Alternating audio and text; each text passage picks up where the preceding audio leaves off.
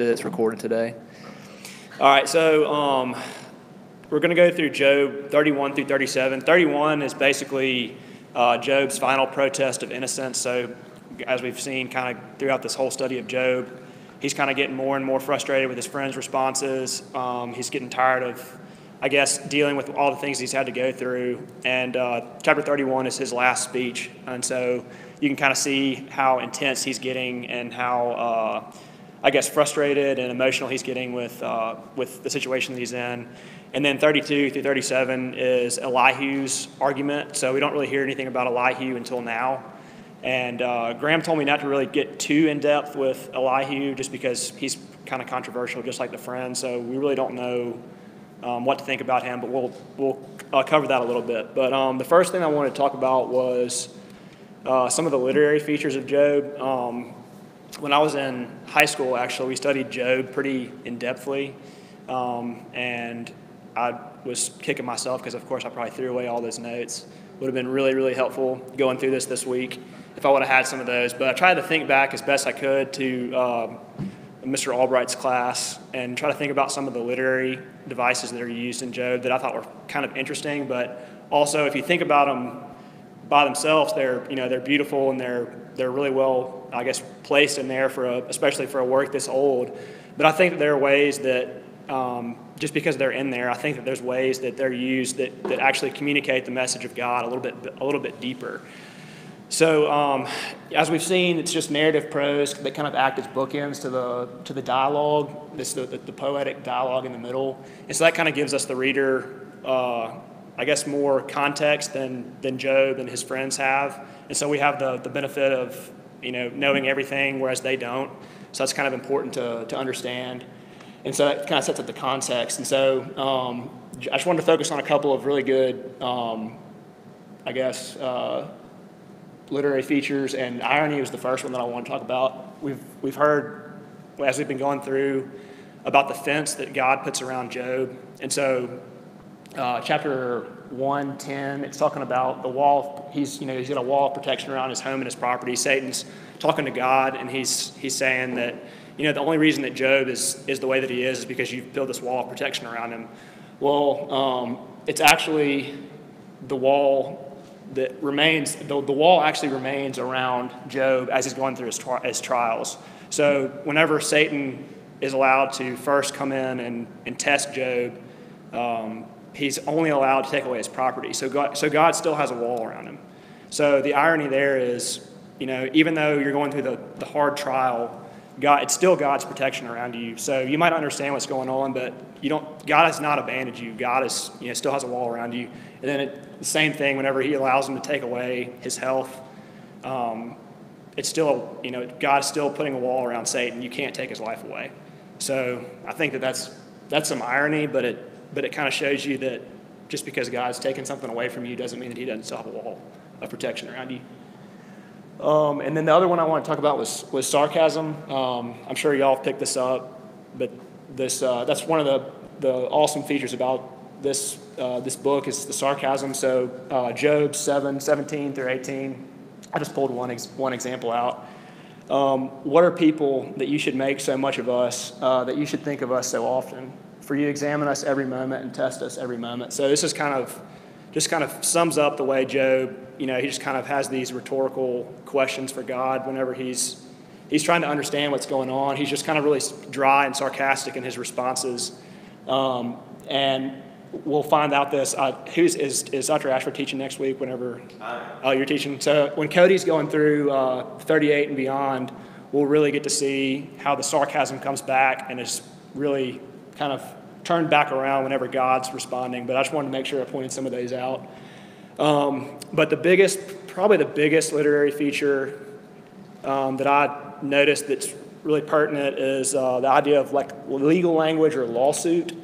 There's just a bunch of different examples. I pulled some of these out. I used a guy named John D. Telgren. He wrote this introduction to the book of Job, and he's the one that kind of outlined a lot of these. And 9:3, if someone wanted to take God to court. 9:33, if only there was a mediator, and really focus on the word mediator. That's a really important choice of words there. But if only there was a mediator between us, someone who could bring us together. I will say to God, don't simply condemn me. Tell me the charges you're bringing against me. As for me, I would speak directly to the Almighty. I want to argue my case with God himself. And then Job goes on to scorn his friends for being impartial judges that are worthless physicians. So, I mean, as you can see, there's just tons and tons of legal language that kind of makes you think of like a court of law. And so Job's constantly, I guess, trying to figure out a way to where he's like, he's listening to his friends, but he's also thinking about himself, and he's also thinking about the way that God is treating him. So it's just this big, I guess, legal case in his brain. And then as we're about to read chapter 31, but this is Job's final plea, and you can really hear him really laying out the case for himself, why he thinks he's innocent and shouldn't be treated the way that he's being treated. And so, as I was saying earlier, so at this point, as 31's coming up, to kind of fill in the context in, Job's pretty much, he's pretty much tired of his friends and their advice. He's already said that they're terrible physicians. They're not great mediators. And so this is him making his most bold proclamation of his innocence. So does anybody want to read 31? That's the only one we're going to read out loud, but just chapter 31. I made a covenant with my eyes not to look with lust at a young woman. For what has God above chosen for us? What is our inheritance from the Almighty on high? Isn't it calamity for the wicked, and misfortune for those who do evil? Doesn't he see everything I do and every step I take? Have I lied to anyone or deceived anyone? Let God weigh me on the scales of justice, for he knows my integrity. If I have strayed from his pathway, or if my heart is lusted for what my eyes have seen, or if I am guilty of any other sin, then let someone else eat the crops I have planted. Let all that I have planted be uprooted. If my heart has been seduced by a woman, or if I have lusted for my neighbor's wife, then let my wife serve another man. Let other men sleep with her, for lust is a shameful sin, a crime that should be punished. It is a fire that burns all the way to hell. It would wipe out everything I own. If I have been unfair to my male or female servants when they brought their complaints to me, how could I face God? What could I say when he questioned me? For God created both me and my servants. He created us both in the womb. Have I refused to help the poor or crushed the hopes of widows? Have I been stingy with my food and refused to share it with orphans?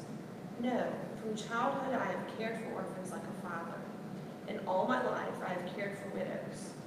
Whenever I saw the homeless without clothes and the needy with nothing to wear, did they not praise me, providing wool clothing to keep them warm? If I raised my hand against an orphan, knowing the judges would take my side, then let my shoulder be wrenched out of place. Let my arm be torn from its socket. That would be better than facing God's judgment, for it is the majesty of God opposes me. For if the majesty of God opposes me, what hope is there? Have I put my trust in money, or felt secure because of my gold? Have I gloated about my wealth and all that I own?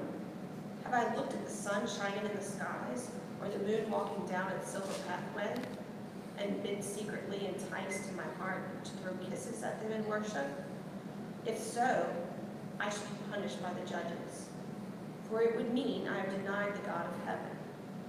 Have I ever rejoiced when disaster struck my enemies, or become excited when harm came their way? No, I have never sinned by cursing any woman or by asking for revenge. My servants have never said, he let others go hungry.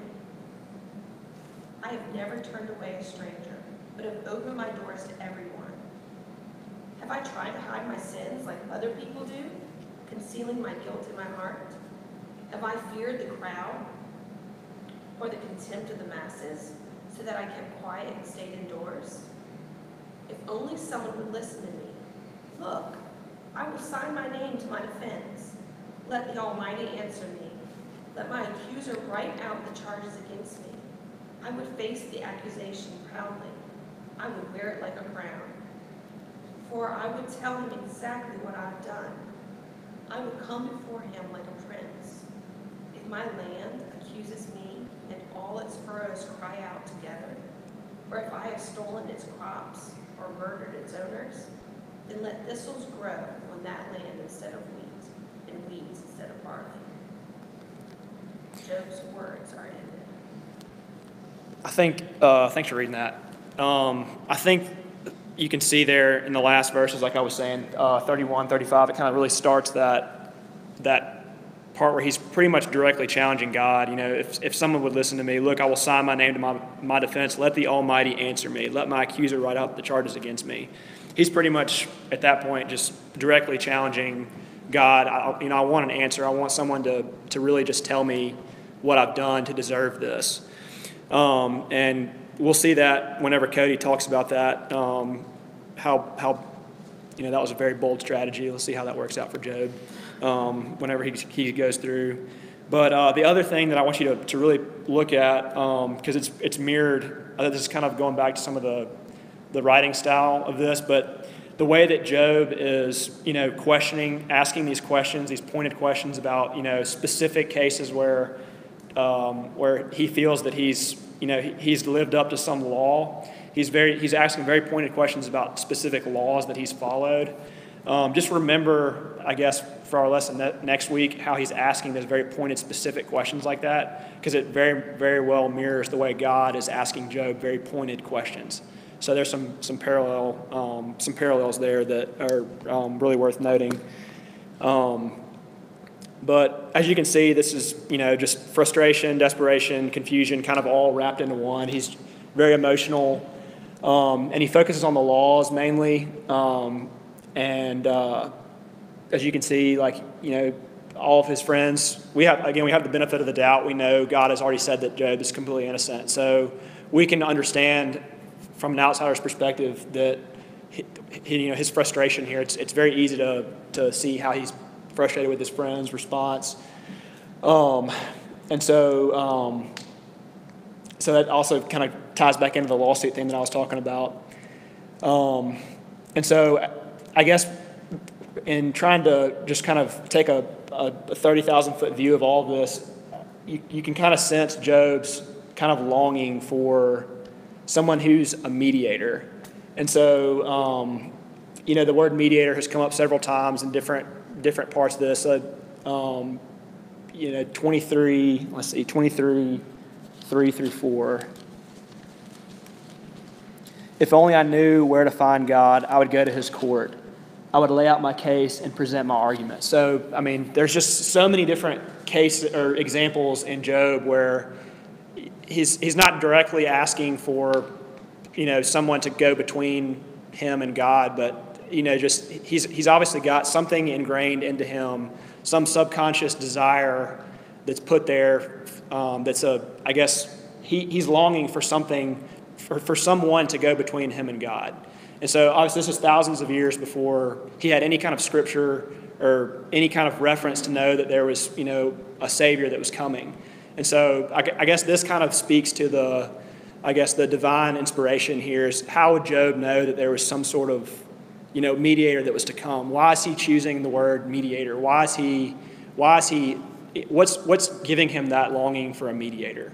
I guess that kind of speaks to how this, and to me at least, it speaks to how this text is divinely inspired, because how would Job know to use this lawsuit type language that would make you think of a mediator, that would be someone that could go between? And so I think Job is it's just a great example of just another case of foreshadowing the coming of Christ. And so this is Job 9:32 through 35. God is not a mortal like me, so I cannot argue with him or take him to trial. If there was a mediator between us, someone who could bring us together, the mediator could make God stop beating me, and I would no longer live in terror of his punishment. Then I could speak to him without fear, but I cannot do that on my own strength. And obviously from Timothy we know, 1 Timothy, for there is one God and one mediator who can reconcile God and humanity, the man Jesus Christ. He gave his life to purchase freedom for everyone. I read a great article by Adrian Rogers that he's talking about the word mediator in Job and how important that is. And it really just kind of made me think about the whole book as a whole. And you think about all the different examples of Job's desire for, someone to kind of be a mediator, because he tries his friends come and he listens to his friends talking about their opinions of, why he's doing what he is. But inside, Job knows that their answers are not, they're not sufficient. And so Job tries to argue his own case in 31. I mean, he's frustrated with his friend's advice, so he tries to argue his own case. And so, there's just this innate desire in him for a mediator. And so I think that really shines through, and it just, everything points to Jesus, foreshadowing Jesus' coming. So the next part we're going to look at is 32 through 37. So that was the last part where Job is going to speak. But we're not going to spend just a ton of time on 32 through 37 because there's a lot of, I guess, divide among scholars on whether or not how to take Elihu. But he's not mentioned until now, so I'm just going to try to go through some of the high points. But Job's other three friends refused to respond to his speech in 31. So Elihu, who is much younger, decides that he's going to try to respond to him. And so you can see 32, he's pretty much responding to the friends, and then 33 through 37, he's really, his response is directed directly at Job. But 32, he's talking. I guess a consistent theme you can see is that he's very angry in his response. It mentions that several different verses that he's angry. And this is just a guess, but they were big on age and rank and all that kind of stuff back then. So perhaps the reason why you haven't heard his name mentioned is because he's younger, and so maybe he wasn't worth noting until he actually spoke. And so 32, he's talking about how he's just, I guess, being a little bit disrespectful. Sometimes the elders are not wise. Just that was a direct quote from there. Sometimes the aged do not understand justice. And he's just kind of attacking the points of views of his friends that were there, of Job's friends. And then in 33, he kind of starts directly talking to Job. He's insisting, I guess the best theme that I could gather from all of it was that he's insisting that Job is missing the message from God being communicated to him through his trials. So let's see, Job 34, 36, and 37. Job, you deserve the maximum penalty for the wicked way you have talked. For you have added rebellion to your sin. You show no respect, and you speak many angry words against God. So he's basically telling Job that not only have you obviously sinned, because he thinks that Job has sinned in some way, but he's adding insult to injury basically because of his challenges to God. So he thinks that's like an act of rebellion. He's not accepting the message that God is trying to give him. And so I was reading this article that Peter Kroll wrote, and he said that he was at a preacher's conference, and they were studying Job, and he just asked for a show of hands who thinks Elihu should be treated the same as the other three friends, and half the audience raised their hand, and then he said, okay, well, who thinks that Elihu should be treated differently? Should we actually take Elihu's words as truth? And half the audience raised their hands. So basically what I'm trying to tell you is that there's not a very good consensus on Elihu. I think most people agree that the other three friends are not good counselors, but for whatever reason, there's some division on how to take Elihu. So just take that for what it's worth. I don't really have an opinion. I'm just going to report and you decide. So basically, the biggest point that the people that think he's like the others would be that he accuses Job of sinning. But we know that that's not true because, there's multiple cases. God says in chapter 1 that he's blameless. So we know that Job is blameless. So Elihu, he's already got kind of a skewed, he's skewed in that sense, I guess.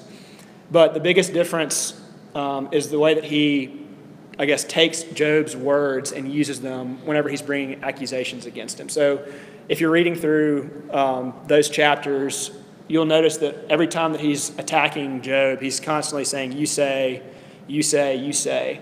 So he's not just making, assumptions, I guess, about Job. He's taking Job's own words and using them. So that's a little bit different. And then also the other thing that is, I guess, very different is Job decides to respond to the arguments of the other friends, but Job never responds to Elihu's argument. So I guess if you're going through 33 to 37 and you're looking for differences from the other friends' responses, those are the main differences that I could see. But other than that, I mean, he's basically just, it sounds very similar to the other friends. He's just, accusing him of hiding some sort of sin. And so just take that for what it's worth. But Blake, isn't Elihu, the reason he's seen as more of a sort of a mediator? Yeah.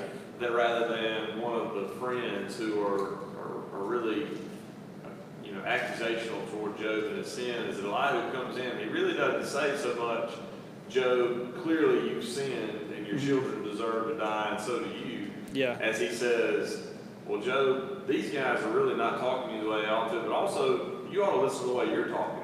Yeah. You're questioning God. You're showing you're being disrespectful toward God. I mean, I don't know why God did this to you, but neither do you. Yeah. And you should really think about the fact that we talk about why the good things happen, why the bad things happen to good people, but there are no good people, right? Yeah. That's a flawed question. Yeah. And so he's saying you're a sinner, just like the rest of us are a sinner, and God has a reason for this. I don't know what it is, kind of thing. And I think that's why some people believe that Elihu was really more. Obviously, he's not the ultimate mediator. Yeah. Because then God comes to talk, and obviously Jesus is seen as the one true mediator. Yeah. But he's kind of seen as more of he tries to split the difference a little bit. Yeah. I think that's really a fair judgment.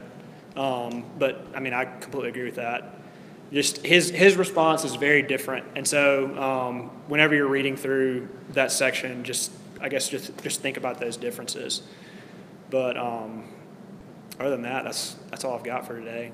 So that kind of takes us all the way up to God's response, and I think it gets pretty intense. So if any of y'all have read ahead, it gets pretty intense. So yeah, God doesn't take too kindly to Job basically saying that he's all that blameless and asking God, show me if I've done anything wrong, kind of thing. Yeah. He kind of comes in and lays the hammer down and says, Job, who do you think you are? Yeah. You are good. You are my servant, and I love you, and you are blameless. Mm-hmm. But you're not sinless. That's right. So I think that's why if you really think about the way that Job was kind of pointing those questions to God, if you really think about those, whenever we're going through next week, you'll appreciate the way that God's responding to Job kind of in kind, and it really puts Job in his place. So I thought that was just a really interesting thing to note. This passage, too, kind of makes me think about how vulnerable people are that are going through suffering, mentally and spiritually, and how when they're going through a really, really hard time, we think we're being friends when we come to them, but we really have a responsibility to honor God and how we handle them, because we really can influence them in the way they're thinking. And so I feel like Job, he was very vulnerable. He's going through this suffering that he's never experienced in his life, and his friends came with compassionate intent. Yeah. But the way that they went about talking to Job and treating him and the thoughts that they were putting in his mind kind of shifted Job's thinking to now thinking, well, maybe God thinks I've done something wrong, but I haven't done something wrong. I've followed all these laws. I've done all this. And so he sort of gets defensive because of the way the friends have acted. And it kind of makes me think, well, if the friends would have approached him, maybe prayed first, asked God to give them the words and let how they handled Job, would he have gone to that point of talking to God that way and asking God that way, or did his friends sort of guide and influence his thoughts to kind of go that direction? And I mean, obviously God had a plan to use them to teach all of us, but I was just kind of trying to think about that and thought, wow, I have a responsibility, like as a friend, to go to someone when they're suffering, that I'm speaking words that God wants me to speak, that I'm not putting these thoughts in their head that they don't need to be worried about. Yeah, that's a really good point. good point. I was just thinking, Job had no one else to look at, as far as we know from Scripture, that he could make sense Yeah. of what God was doing to him. Yeah. I'd be confused Because too. God had already exalted so many sinners to higher places. Yeah. And I was just sitting here, like, reading it out loud and then going ahead and sort of skimming some of the other chapters. I'm like, poor dude. Yeah. Like, he really is in a really difficult place. Yeah. And I don't know about y'all, but I'm so appreciative of the life of Job and his book, because, man, it makes every day a lot easier. Absolutely. Because we have him as an example. He had nobody. That's right.